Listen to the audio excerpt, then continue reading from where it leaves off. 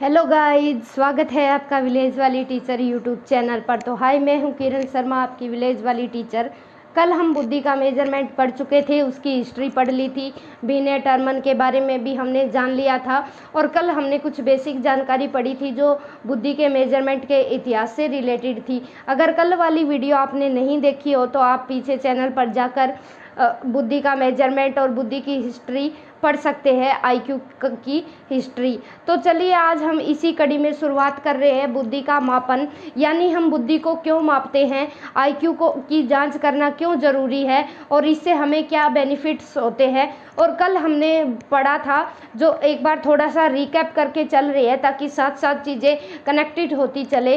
तो सबसे पहले जो फ्रांसिस गाल्टन थे, उन्होंने महज मात्र आंशिक प्रयास किया था बुद्धि को जानने का, लेकिन वो सफल नहीं हुए क्योंकि उन्होंने शारीरिक और जो शरीर की बनावट है उसके आधार पर ही, व्यक्तिगत विभिन्नता के आधार पर ही चीज़ों को चेक की, ना कि उन्होंने बुद्धि का प्रोस्पेक्टिव देखा। तो इस वजह से फेलियर हो गए।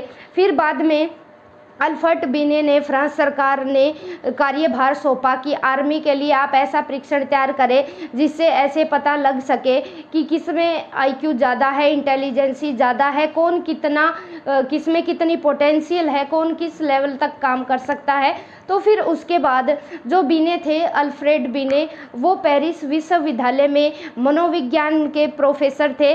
और फिर जो प्राथमिक स्कूल के जो प्रबंधक है, जो डायरेक्टर है, उनको भी जैसे पता चला कि फ्रांस सरकार ने इन्हें ऐसा कार्यभार सौंपा गया है जो मंद बुद्धि बालकों के लिए है, या आईक्यू ऐसा कुछ काम कर रहे हैं अल्फ्रेड बिने, तो प्राथमिक विद्यालय के प्रबंधकों ने भी अल्फ्रेड बिने को काम सौंपा कि आप ऐसे कुछ टेस्ट बनाइए जो मंद बुद्धि बालकों की शिक्षा के लिए अच्छे हो और उन्हें हम अच्छी से अच्छी शिक्षा दे पाए ताकि आगे आने वाले जीवन में सरवाइव कर सके।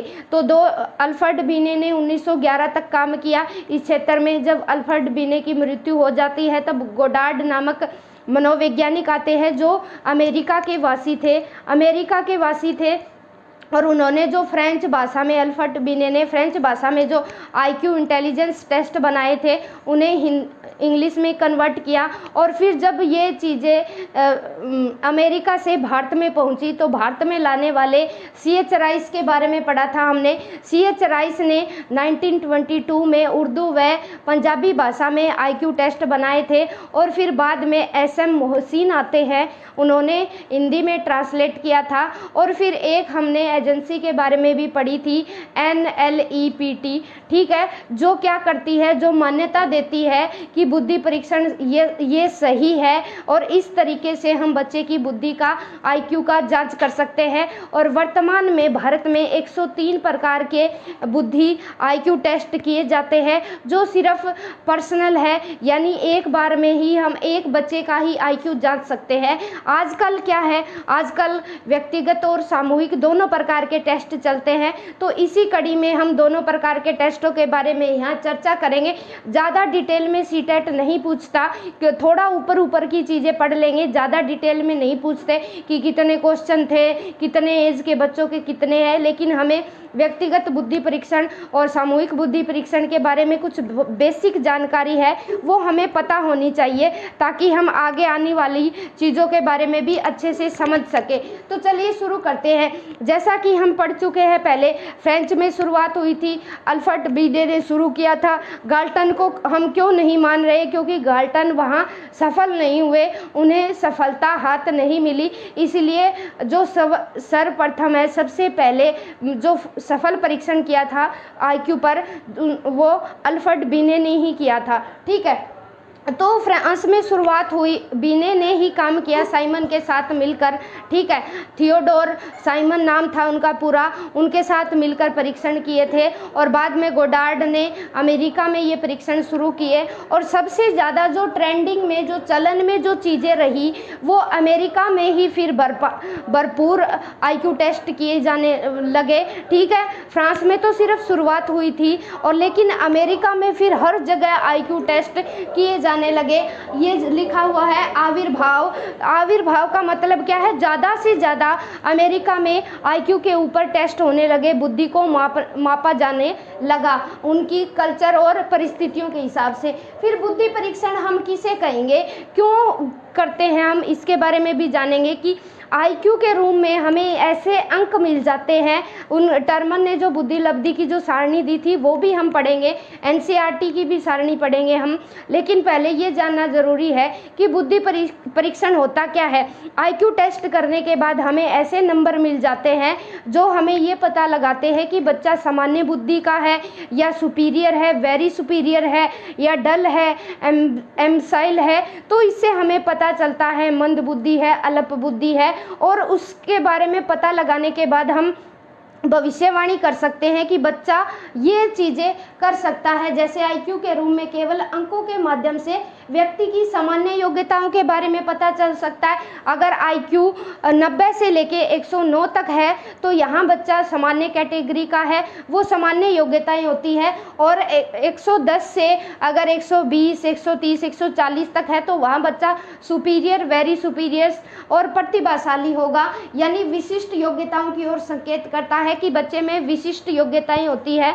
अगर आईक्यू 90 से नीचे चला गया तो वहाँ अल्प बुद्धि, मंद बुद्धि, पिछड़े बालक, ऐसी चीज़ें शामिल होती है। इसीलिए हमें ऐसा बुद्धि परीक्षण से हमें एक ऐसा नंबर फाइंड आउट हो सकता है जिससे हम बच्चे की सामान्य विशेषताएं और विशिष्ट योग्यताओं के बारे में निर्धारण कर सकते हैं कि हाँ, ये बच्चा इतनी चीज़ें कर सकता है और ये बच्चा सिर्फ एवरेज ही चीज़ें कर पाएगा। तो ये थी बुद्धि परीक्षण। ठीक है, फिर क्या है, 2 प्रकार के बुद्धि परीक्षण किए जाते हैं आज के टाइम में, लेकिन जब शुरुआत हुई थी तब एक ही प्रकार का बुद्धि परीक्षण चलता था, व्यक्तिगत, यानी एक बार में एक ही बच्चे की जांच हो सकती थी उसमें, यानी एक बार में एक ही बच्चे का आईक्यू जांच सकते थे। आजकल दोनों प्रकार के चलते हैं और अमेरिका में ही शुरुआत हुआ 1917 में। इसके बारे में भी हम पढ़ेंगे जब सामूहिक परीक्षण पढ़ेंगे। 1917 में अमेरिका में शुरुआत हुई।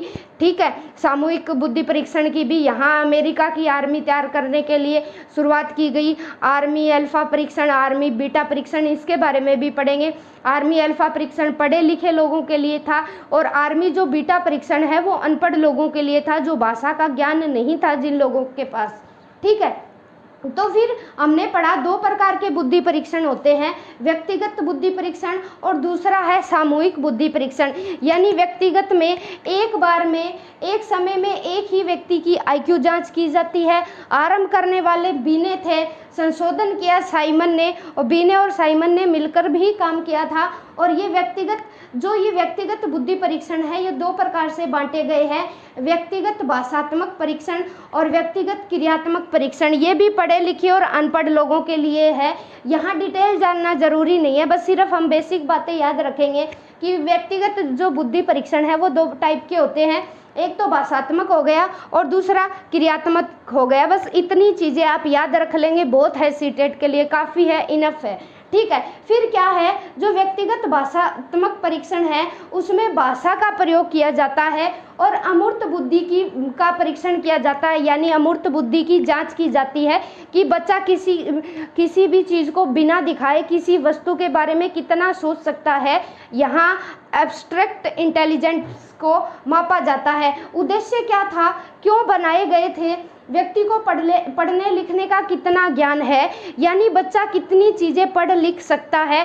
ठीक है, पढ़ना तो देख देख के हो गया, वो तो मूर्त बुद्धि से जुड़ेगा, लेकिन जब बच्चे को लिखने के लिए बोला जाता है कि आप लिख के दिखाओ किसी भी चीज़ के ऊपर बिना कुछ देखे, तो वो अमूर्त बुद्धि से जुड़ता है यहाँ। ठीक है, प्रश्नों के फिर बच्चा कैसे उद्देश्य है, फिर बच्चों के दोनों तरह के होते हैं, लिखित भी है, मौखिक भी है। फिर क्या है, प्रश्नों के उत्तर बच्चा लिख कर देता है या गोला लगाता है या क्रॉस का निशान लगाता है या चिन्ह बनाता है या बच्चा अंडरलाइन करता है। तो ये तरीके रखे गए थे और इन बच्चों के उत्तर देने के तरीकों से ही बच्चे का आईक्यू जांच होता था कि बच्चे ने कौन से शब्दों का यूज किया है, कौन से सिंबल का यूज किया है, इससे बच्चे के आईक्यू की जाँच होती थी यहाँ। ठीक है, फिर जो है इसमें 2 तरह के परीक्षण है। ठीक है, भाषात्मक परीक्षण में ये सिर्फ बेसिक जानकारी आप याद रख लेना। बिने साइमन का बुद्धि परीक्षण, सफल प्रयास बीने का रहेगा। फिर स्टैनफोर्ड बीने का बुद्धि परीक्षण। दो तरह के जो भाषात्मक परीक्षण थे वो दो तरह के हैं। एक बार फिर से देख ले, बीने साइमन का बुद्धि परीक्षण, ठीक है। दूसरा है स्टैनफोर्ड बीने का बुद्धि परीक्षण, सफल प्रयास बीने ने किया था।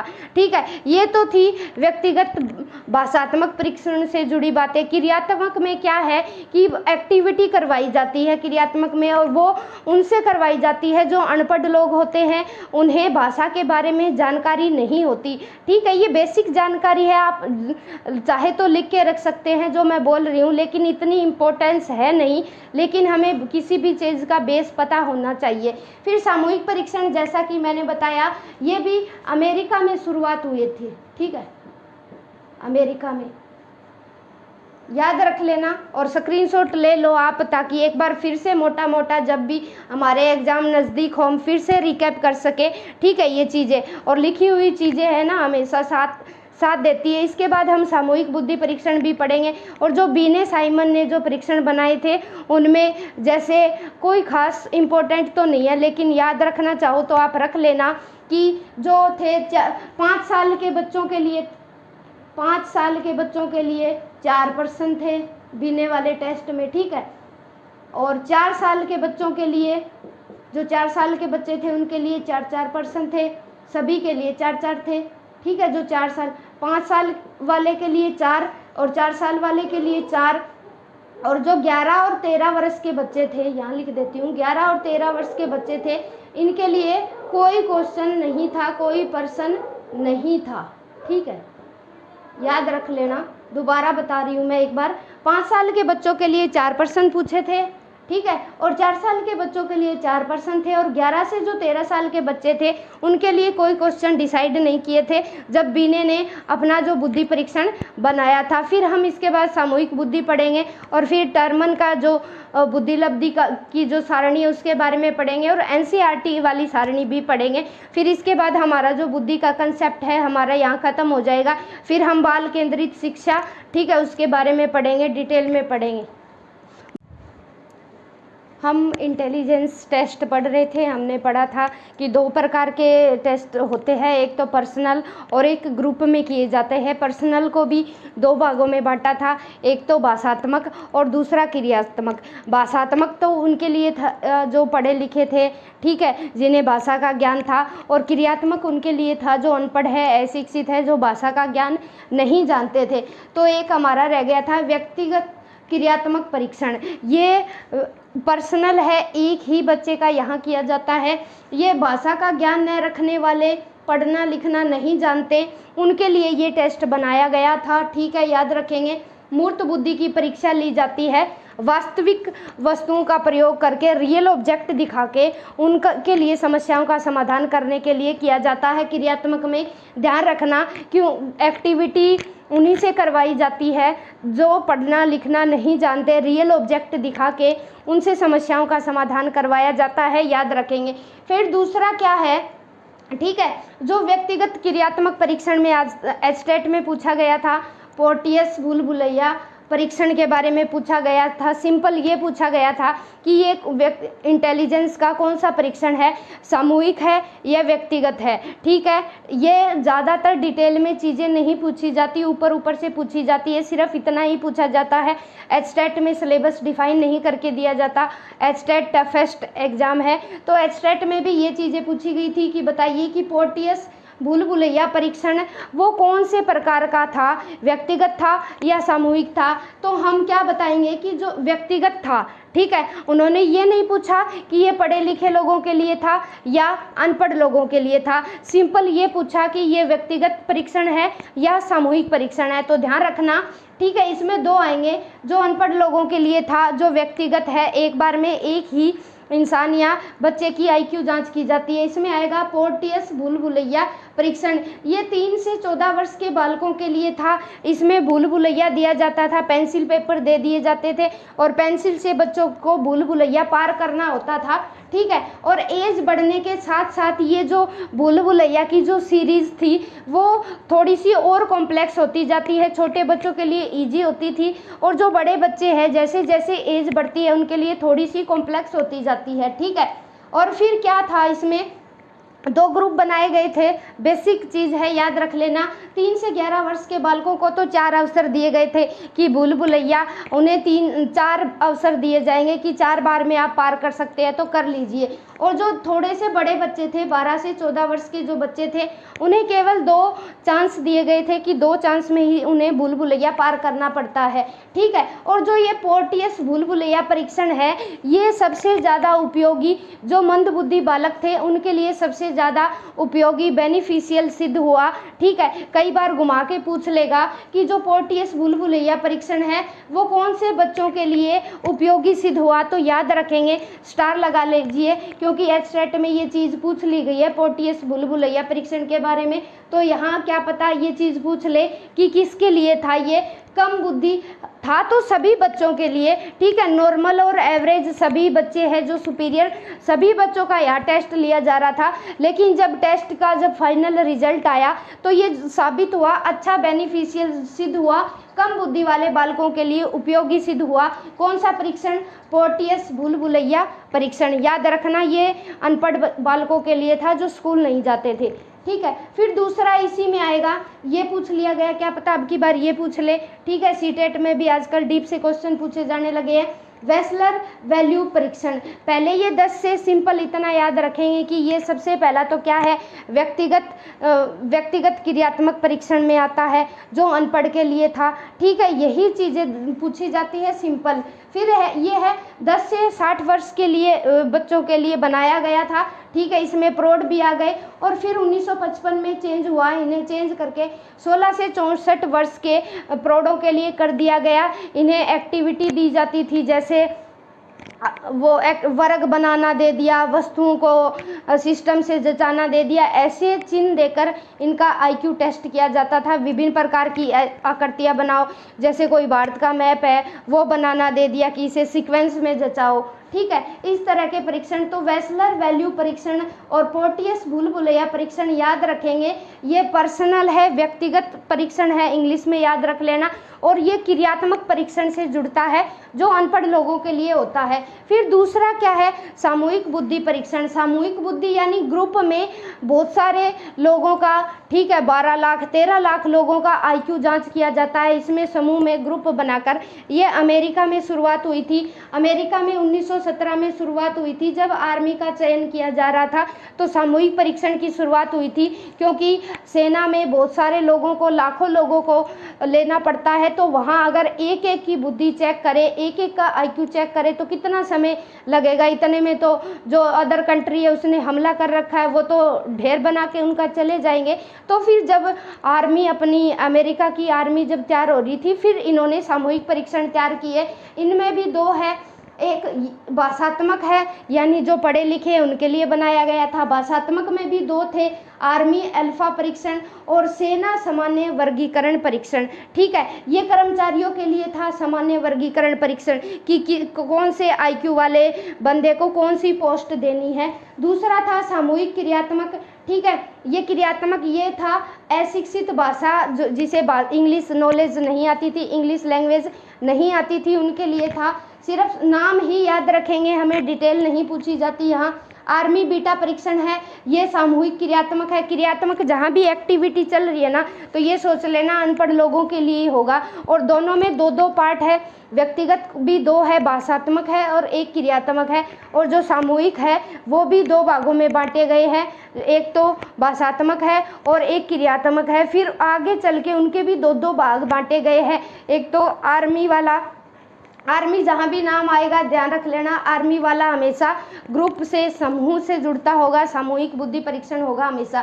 फिर क्या है, आर्मी बीटा परीक्षण है, ये अशिक्षित लोगों के लिए था, जिसे इंग्लिश लैंग्वेज नहीं आती थी, भाषा का ज्ञान नहीं था, उनके लिए ये परीक्षण बनाया गया था, ठीक है। फिर दूसरा था शिकागो क्रियात्मक परीक्षण, ये 6 वर्ष के बालकों से वयस्कों के लिए बनाया गया था, ठीक है। और ये शिकागो क्रियात्मक परीक्षण जो है ये जो 13 वर्ष के बालक थे उनके लिए उपयोगी सिद्ध हुआ।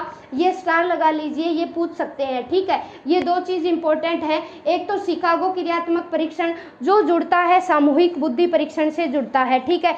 याद रखेंगे, शिकागो बुद्धि परीक्षण किससे जुड़ता है? सामूहिक क्रियात्मक परीक्षण से जुड़ता है, जो अनपढ़ लोगों के लिए था। और जो पोर्टियस भूल भुलैया परीक्षण है वो कम बुद्धि वाले बालकों के लिए उपयोगी सिद्ध हुआ, ठीक है। तो ये थी बुद्धि के मापन की, बुद्धि परीक्षण से जुड़ी व्यक्तिगत परीक्षण क्या होते हैं, सामूहिक क्या होते हैं, डिटेल में नहीं पूछा जाता, लेकिन आप इनकी एज और जो भाग है वो याद रखेंगे। सीधा सिंपल क्वेश्चन यहाँ से ऐसे पूछे जाते हैं।